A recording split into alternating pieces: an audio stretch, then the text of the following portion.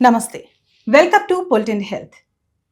Pregnancy plan చేసుకునే ముందు ఎలాంటి జాగ్రత్తలు తీసుకోవాలి, ఎలాంటి పరీక్షలు చేయించుకోవాలి అనే విషయాలను ఈరోజు మనం తెలుసుకునే ప్రయత్నం చేద్దాం. ఈరోజు మనతో ఉన్నారు ప్రముఖ గైనకాలజిస్ట్ డాక్టర్ శ్రీనిత్య గారు. మేడంని అడిగి మరిన్ని విషయాలు ఇప్పుడు తెలుసుకుందాం. నమస్తే మేడం. నమస్తే. మేడం, ప్రెగ్నెన్సీ ప్లాన్ చేసుకునేవారు ఈ ప్రెగ్నెన్సీ ప్లాన్ చేసుకునే ముందు ఎలాంటి జాగ్రత్తలు తీసుకోవాలి? సో ప్రెగ్నెన్సీ ఎవరైతే కపుల్ ప్లాన్ చేసుకోవాలి అనుకుంటున్నారో ఒక గైనిక్ విజిట్ ఒకటి తీసుకుంటే సో దట్ మేము ఆ టైంలో ఆ విజిట్లో యూజువలీ ఏమేమి మెడికేషన్స్ తీసుకోవాలి, వాళ్ళకి ఏమైనా రిస్క్ ఫ్యాక్టర్స్ ఉన్నాయా, జనరల్ వాళ్ళ హెల్త్ అసెస్మెంట్ ఒకటి చేస్తాము.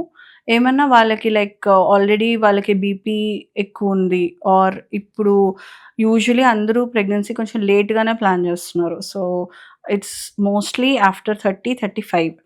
So usually there can be chances like కొంచెం షుగర్స్ అబ్నార్మల్ ఉండడం, బీపీ హై ఉండడం, థైరాయిడ్ అబ్నార్మాలిటీస్. సో ఇవన్నీ రిస్క్ ఫ్యాక్టర్స్ ముందు రూల్ ఔట్ చేస్తాము. సో లేదు ఆల్రెడీ వీళ్ళు ఏదైనా మెడికేషన్స్ తీసుకుంటున్నారు.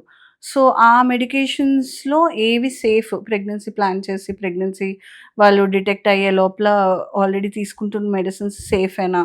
ఆర్ వాటికి ఆల్టర్‌నేటివ్ మెడికేషన్స్ మేము ఇప్పుడేమైనా మార్చగలమా? ఇవన్నీ మేము ఆ విజిట్‌లో చూస్తాము.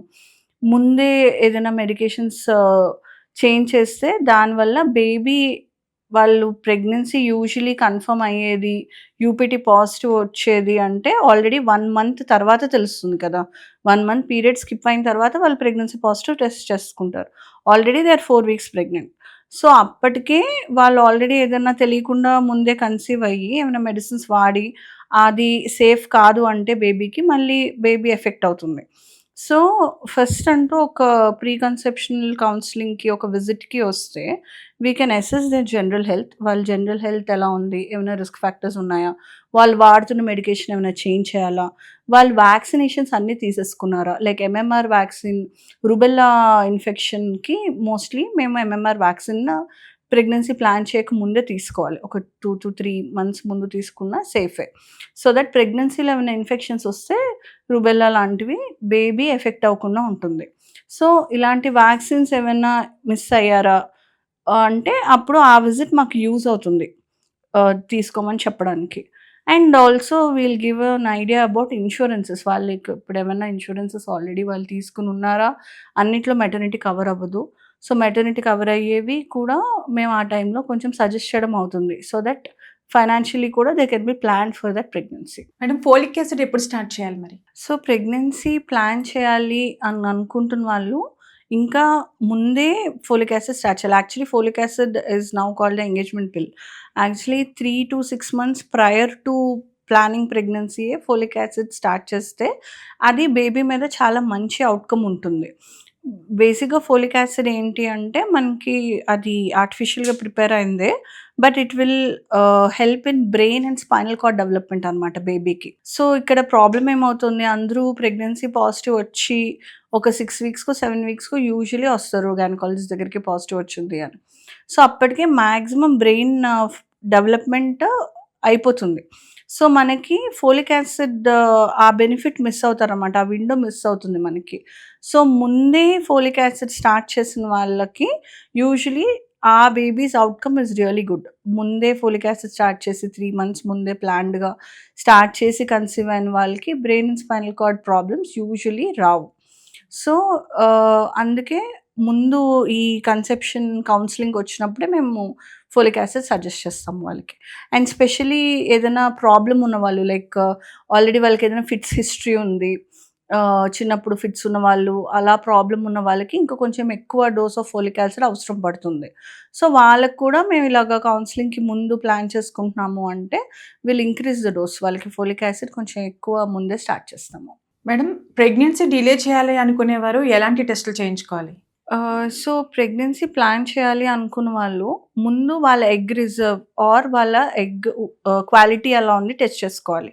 సో ఇవాళ లైఫ్ స్టైల్‌కి అందరి స్ట్రెస్ లెవెల్స్, వర్కింగ్ పీపుల్, ఈ వర్కింగ్ వుమెన్ మ్యారేజ్ యాక్చువల్లీ కొంచెం కంపారిటివ్‌లీ కొంచెం లేటర్ ఏజ్‌లో అవుతుంది.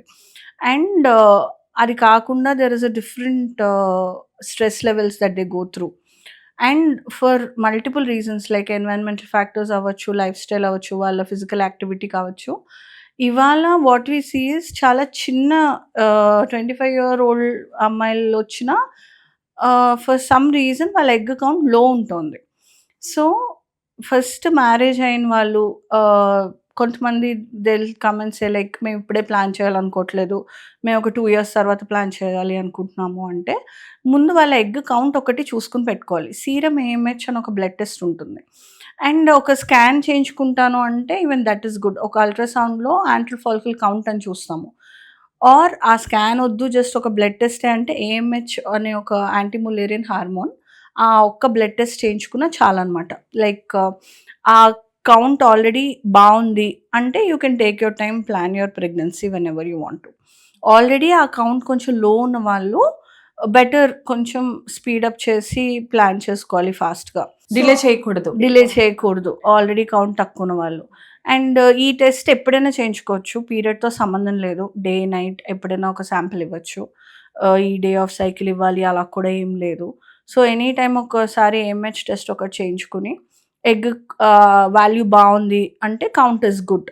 అంటే యూజువల్లీ దట్ మీన్స్ ప్రాబ్లమ్ ఏమి ఉండదు డిలే చేసినా. ప్రెగ్నెన్సీ ప్లాన్ చేసుకునే ముందు ఎలాంటి జాగ్రత్తలు తీసుకోవాలి, ఎలాంటి టెస్టులు చేయించుకోవాలి మాకు చాలా వివరంగా చెప్పారు. మా వ్యూవర్స్‌కి చాలా అర్థమయ్యేలా చెప్పారు. Thank you so much madam. Thank you.